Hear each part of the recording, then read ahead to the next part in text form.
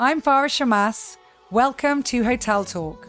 We hope you enjoy listening to this friendly conversation between people connected by real life in hotels. Yay, welcome. Today we are really in the heart of the hotel because I have with us our Food and Beverage Manager here at Raphael Resort Marina, Mr. Frederic Bellard. I pause before saying that because it's apparently in the French way, Bellard.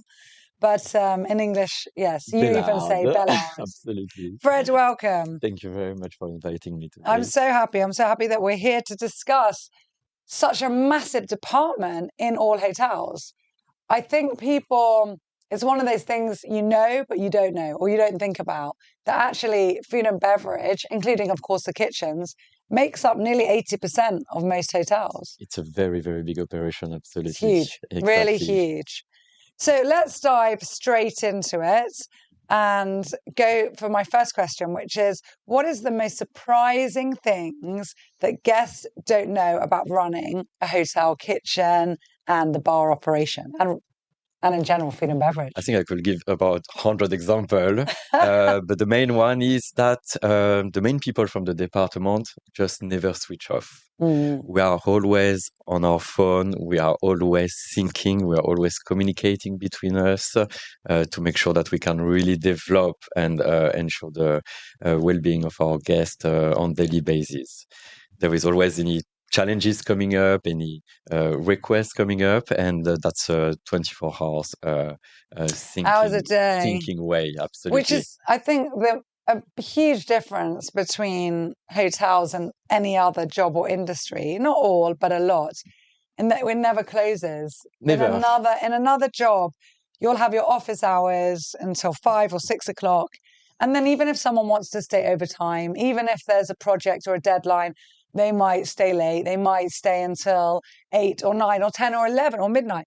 But they go home and there's that quiet office time. Absolutely. Whereas in our industry, there's never quiet time. It's 24/7. It's always open. But I think it's in our blood as well. So that means even when you think like, okay, I'm going home now, there is always something that you will go for. Always someone that you will talk and make sure that we achieve everything that we wanted. Absolutely. And we love it. So It's not about switching off. It's about embodying that passion that we want to do, our purpose. Not later than 2 days ago. That was my actual day off. And around 10 o'clock, I received a message from a guest.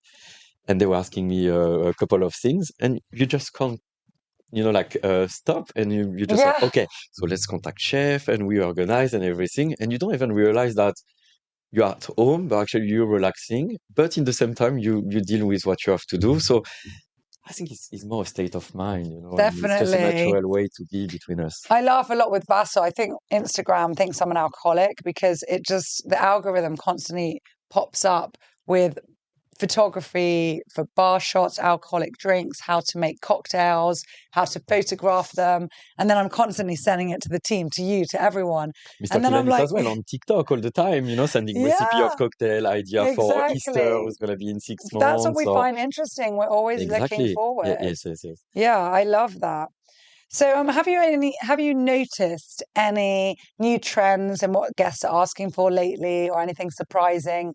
Because it is all about experiences. No one anymore is looking for, a good hotel with a bed and a restaurant and a spa. Everyone has that, but they want the experience. Yeah. I think the main things that came up the last year, and you're well placed to know it, is the vegan option, which are now more and more not even a trend, but a proper lifestyle that I start to understand the last few years, to be honest. Wow, we've convinced our French food and beverage manager that veganism is important. I still love my good steak, but that's true. I've been surprised by everything that you were offering at Seychelles restaurant, for example. The last tasting that we had, I was just literally blown.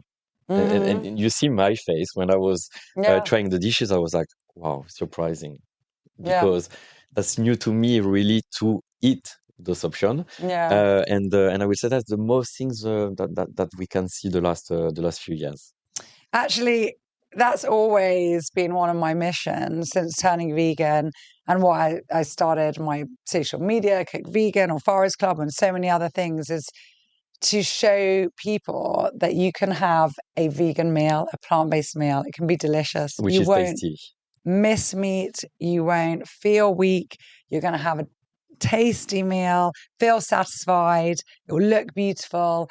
And I'm so always grateful when guests give me that feedback and share it with me that they go home and they still are eating vegan food, or they'll have one meal or 1 day a week where they'll eat vegan food. And that's every bit helps. Yeah. But after you need a good chef to have the right idea as well. You've got the association of Kyriakos and Andreas, they're amazing, our executive chef and sous chef, who are absolutely awesome on finding idea. And it's one of the first time that really I see this imagination for the dishes. I've been working with very well-known chefs, but when it comes to vegan, they were always a bit stuck on finding really something, a wow effect. And I want to say that is the first time I see that here. But once you open your mind to it, the possibilities are endless. It's amazing. Exactly. Really. And they do some great. And our pastry chef, I mean, what amazing. Shadi as well, yes. Vegan. Absolutely. Shadi makes the best vegan cakes. The vegan baklava. Oh my goodness. Well. It's delicious. You can't even notice that it's vegan. Well, without butter, yes. But okay, I'd argue the baklava is a bit easier. But his, like red velvet cakes or the sponge cakes and the chocolate ones, they're fantastic. Absolutely. So what is your favorite dish then at Seashells? Let's dive into that. As a meat lover, when you go down to Seashells, what is the one that impresses you the most? Yeah, I like the burger. Yeah? Yes. The one that we make ourselves. Yes, absolutely. Yes. It's just so tasty. The bun is absolutely delicious as well. Yeah. The kitchen make everything themselves. And for me, the burger, it sounds not healthy when you look at it. And when you eat it, it's actually really tasty, really healthy. So I think the age I'm reaching now, I need to think a bit more of eating healthy and stopping all the junk food, and eating bit by bit a slice of pizza in the kitchen, some French fries, like that. So I think that would be the best option for me. We'll get you there. So if you could serve one dish and let's say one drink as well that would represent the soul of our hotel, what would they be and why? It couldn't be only one dish for me. I know, true. It's a tough one. As I'm a foreigner, I'm coming to Cyprus. So for me, it will be the soul of the hotel will be as well the soul of the country. So for me, a dinner at Alakati in Overhaul, which is our mezze, traditional Cypriot restaurant, will be the best example. Yeah. This, a pint of Kio, which is the local beer. Yeah. I think for me that will represent both Cyprus and the traditionality of the place. True. I think with all the foreigner tourists that we have as well, that's what you expect when you come to a country. And what I love about Alagadi, I have to give credit as well to, of course, to Vassos, our general manager. It's so authentic. It's more authentic at this point than actual tavernas in villages. Absolutely. I mean, we still have the locally made clay cups to drink and wine cups and plates, as well as obviously the food, the ambiance there. Alagadi, which means well in Greek, and it's in the center. There's olive trees around, the lovely patio. The little barbecue coming to your table with everything still cooking on it. It's just an experience. It really is. I think it's great. We've got a Forest Club event there at the end of the month. And the 29th, yes. Yeah, and we do it every year, 29th of August, at the end of August. And everyone loves it because, we do obviously plant-based food. And so we get all these people coming skeptical. Alagadi always has the fish option, the meat option, but then the Forest Club event is just vegan options. And people are eating the chef d'Alia going, no way, this is vegan. And they can't believe it. Almost cannot see the difference. Yeah. Yes, that's true. I love it. So what is the wildest request that you've ever had in terms of dietary restrictions? Like what's been the craziest thing that you've been like, wow, I didn't expect that one? So at that moment, Yes, I can remember. That was more than 20 years ago. Okay. I was a waiter. I was chef de rang. That was in USA. And basically, there was a lady. I start to approach the table. I introduce myself. do you have any dietary requirement, any allergy? She was like, yes, I will give you everything written. And I was like, no, you can just explain to me quickly. No, trust me, I've got 47 allergy. 47. 47 allergy. I look at the lady. I don't know if I wanted to laugh, cry at this moment. Yeah, but 1 minute. Was it like, instead of just saying dairy, was she like milk, eggs, butter, cheese? You know, did she break it all down? And that's why it was claiming 47. really to be allergic to 47 different ingredients. Yeah. Officially, there is about 14 different family of allergen. We know Exactly. that, yes. So she just broke it down. And also, 1 minute, that was the time 20 years ago, I remember, because we all went for these tests where you could have a blood test and they would tell you if you're allergic or intolerant to certain foods, like specific foods. So it might say cucumber, or so I bet you she went and did that. It was a bit like that. Yeah. But when I went to the kitchen, proved that was all a hoax. They proved it didn't. Yeah. And when I went to the kitchen, the chef looked at me. He was like, Fred, what is this? What can I do? I was like, up to you, chef. But yeah, no, at that moment, I will remember because. What did he give her? I can't remember, to be honest with you.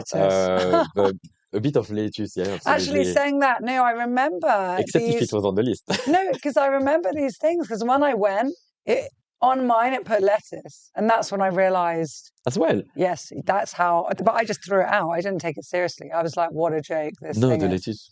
I mean, come on, it's not a risk at all. No, it's just ridiculous, and it's not an allergy. They said you're intolerant, but it was anyway a load of rubbish. But yeah, this I will remember all my life, I think.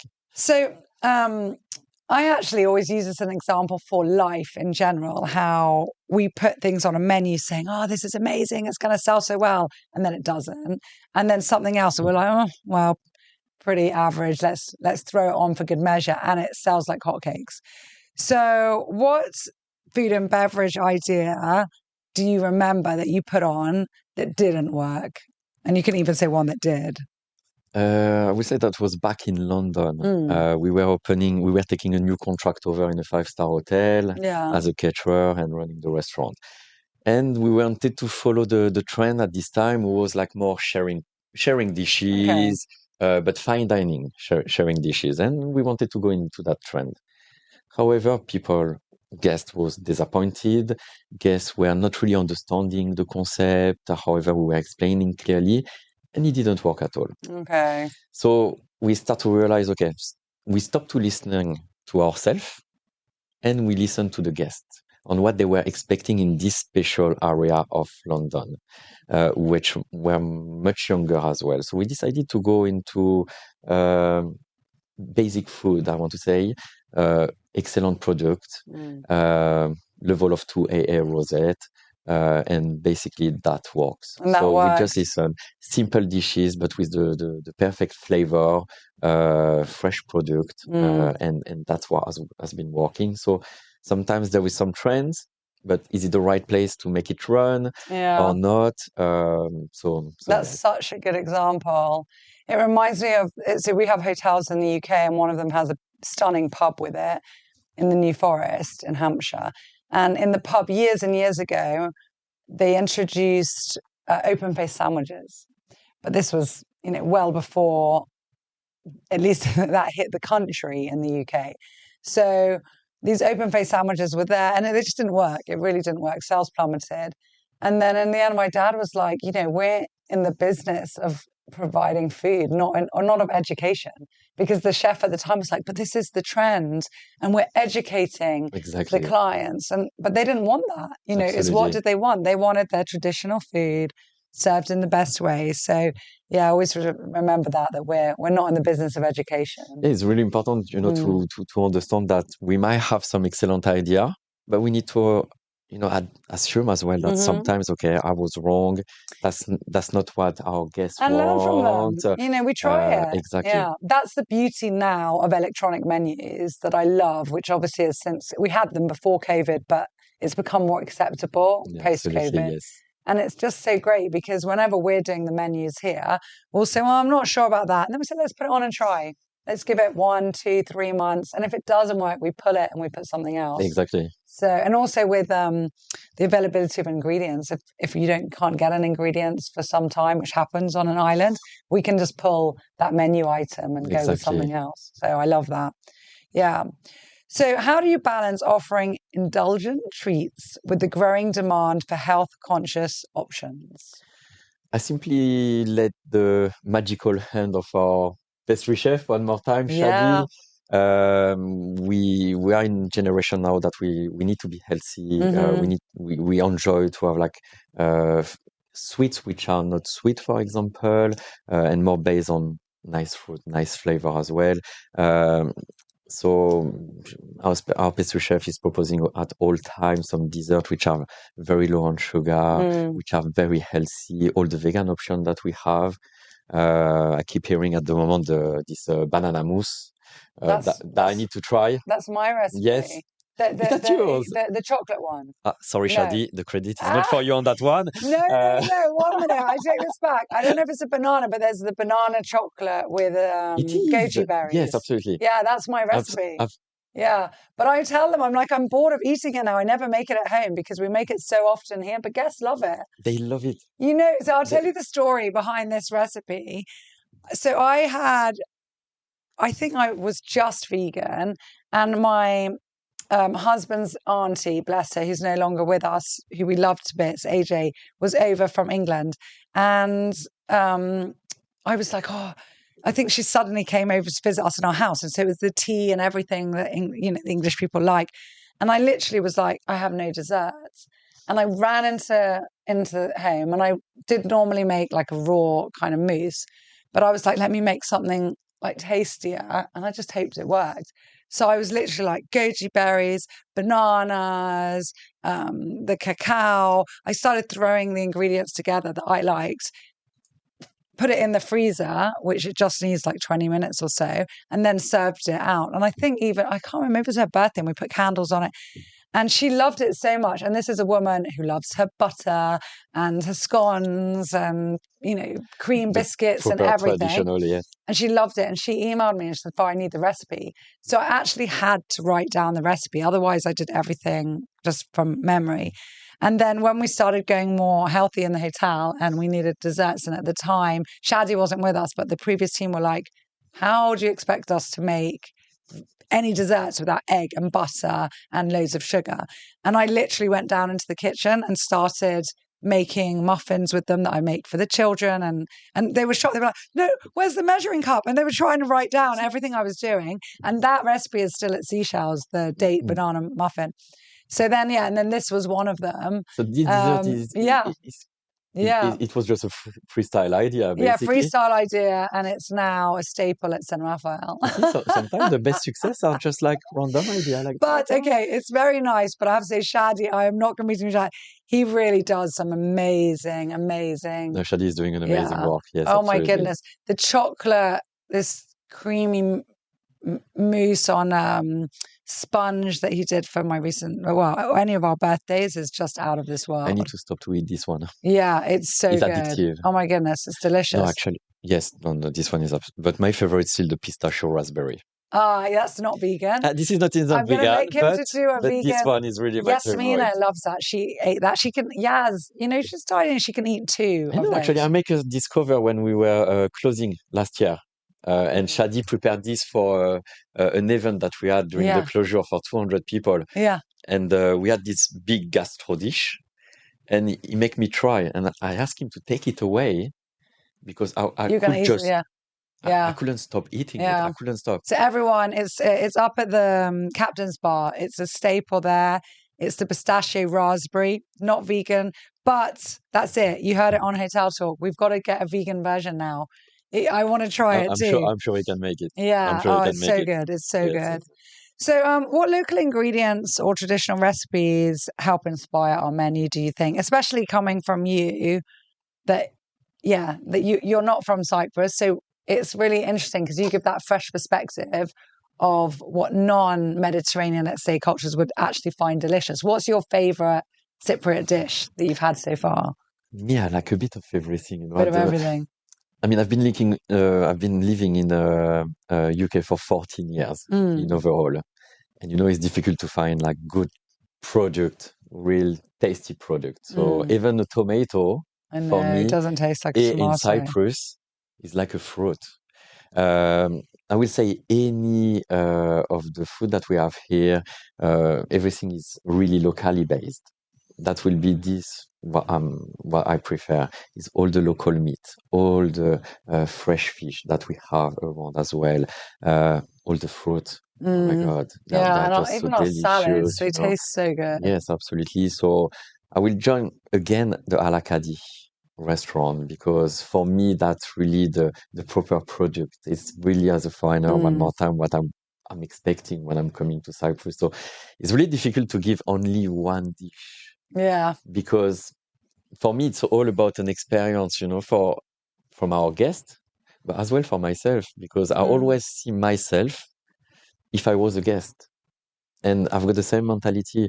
I came to Cyprus is as well to find those good products to eat, um, um, some nice meat from a real small farm, for example, and that's all the beauty of our dishes in overall. And Kyriakos on top of that excel on making all those products being excellent on different uh, level and different version of kitchen from Italian at Dolce Vita, our beef patty from Love It Burger.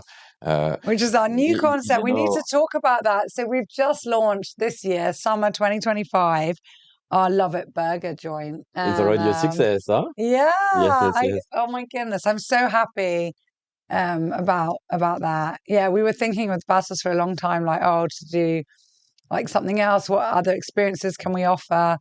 And yeah, I think last summer, yeah, I just was like, why don't we try a diner? And then we have the place and the name Love It. Absolutely. It's on the wall there. So everyone, yeah, we've got a burger joint now. And we have how many burgers?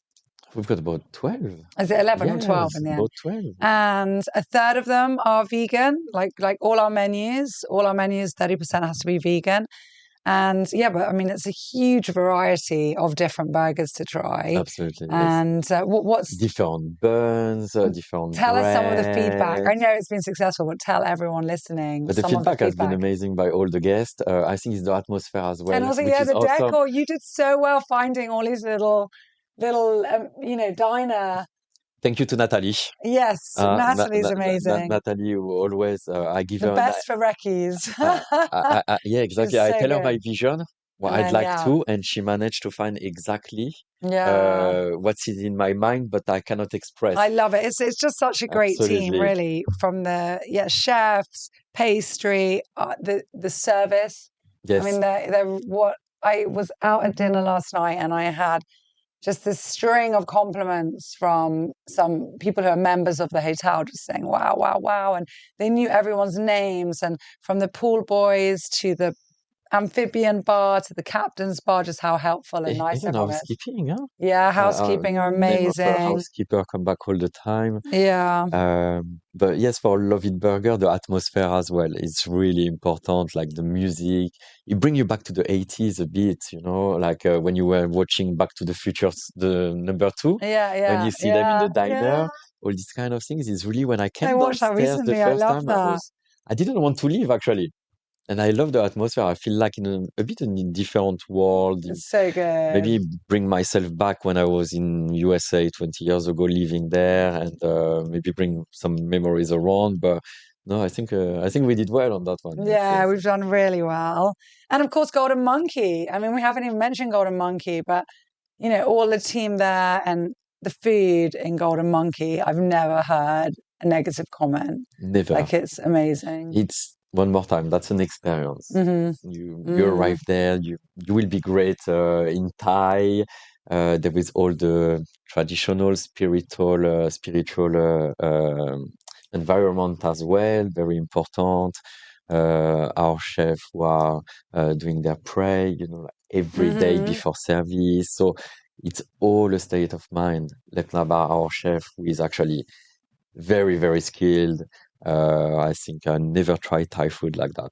I know. And I've been traveling a lot, many restaurants, but we've had clients who have literally said, we travel around the world, we always eat Thai food in every country we go to, and we go to Thailand 2 or 3 times a year. We've even had clients who are Thai, and they said, we haven't had food like this outside of Thailand, and even in Thailand, this is would be one of the better restaurants. I can only agree on this. Yeah, I love it's going so to Golden good. Monkey. I love being in the kitchen and chef, what can I try today? Not the spring roll, please. No, that's really, really I good. love it. So one of the reasons that I started Hotel Talk 3 years ago now, nearly 4 years ago, was rather, to encourage people to come back to our industry. It's just a great industry. Really, the job satisfaction is amazing, the feeling of community. So tell us a bit, especially for those listening and wondering, what is it like to be a food and beverage manager? How does your average day look like? Running. How many steps do you do a day? This is a good thing for lifestyle, everyone. If you're looking for a job that you will move constantly and therefore hopefully live till you're 100, hotels are for you. You can send your CV over if you want to. I do an average of, I will talk in kilometers, about 15 kilometers a day. Just moving around the hotel. On the weekend, I can be 18, 20 kilometers. My traditional day, when I'm arriving in the morning, I'm having my coffee. I'm French. It's very important to me. Otherwise, I cannot function. Do you have a croissant as well? No. You should know that me, it's a pain au chocolat. 2 pains au chocolat every morning. That's what I like. Okay. The croissant is a bit later. Okay. Yes. So I will be most of the time in the morning coming to breakfast, making sure my team doesn't need help. I will stay around. I will discuss with my guests. I will get the feedback from the day before. I will be helping them. Then after, I will make sure that everything is ready for the lunchtime. Briefing the team again. Trying to do a bit of office work, which is difficult for a food and beverage manager, but we try to find the time as well to sit down in our office sometimes.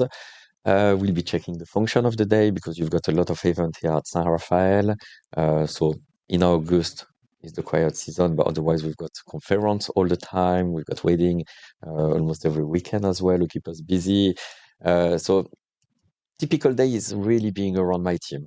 Really atypical. There's no typical day. Yes, and giving them motivation. For me, that's the most important, like if my team is happy, my guest will be happy, and it's 90% of the job which is done. But clear communication with them, giving them target on daily basis, on weekly basis, what I'm expecting from them, rectifying everything that we might have failed the days before because we are not perfect. Nobody is perfect. So sometimes we fail on things and we need to rectify, and just going forward all the time and trying to improve with them, teaching them.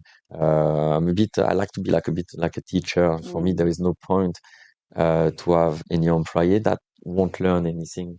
So I'm trying maximum to give them a bit of me on daily basis, explaining like where we want to be in a few years as well, and just keep growing. Well, that's a really good point. So where do we want to be in a few years? What changes do you predict in the food and beverage industry? I think we will be more into dietary requirement, restriction. This is due to the usual consumption now. We are not eating anymore like fresh product. People will have more and more disease, more and more health issue as well. That's just a fact. So I think we will have to work a lot on this. So learning how to be even more flexible, understanding the needs of our guests, which is actually 100% success at the moment with our team. And that's our first aim as well. But I think that will be more and more and more. We can see it. Already coming. Yes, absolutely. Yeah.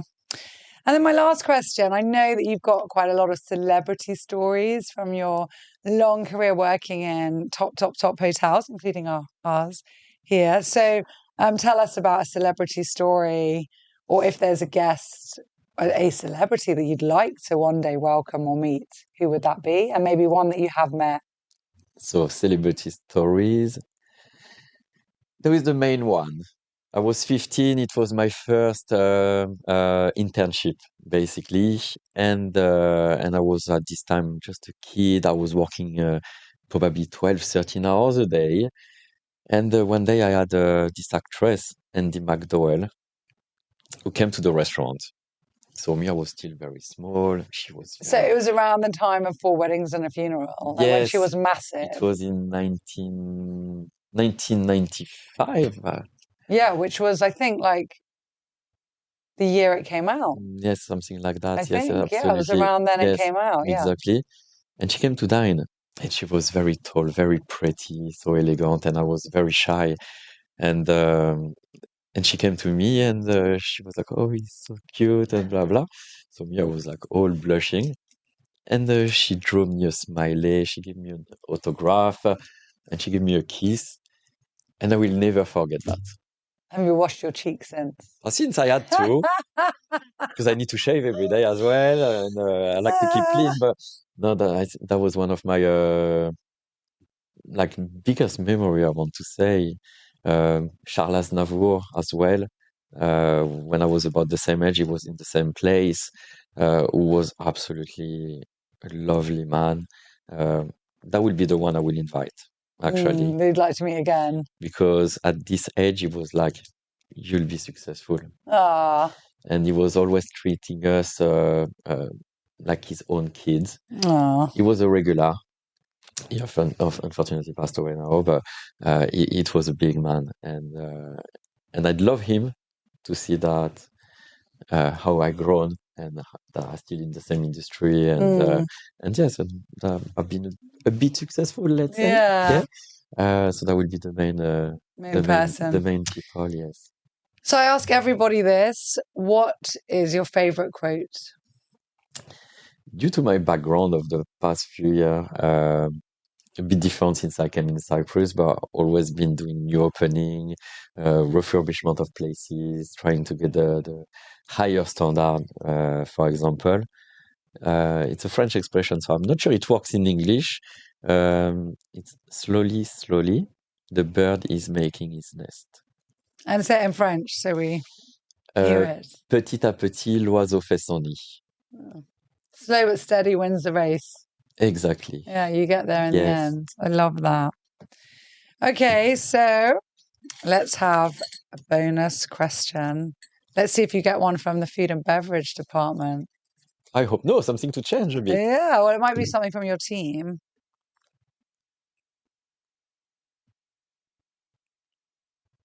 But thank you, Andreas. What's your favorite sound and your most hated one? And which Andreas? Security. Georgie's. So, what's your favorite sound and your most hated one? I love that. That's such an unusual question. Drive a Fast Car will be my favorite song. Your favorite sound? Yes. And what's your most hated sound? Constantino Sorpas, listen to me carefully, is Baby Shark.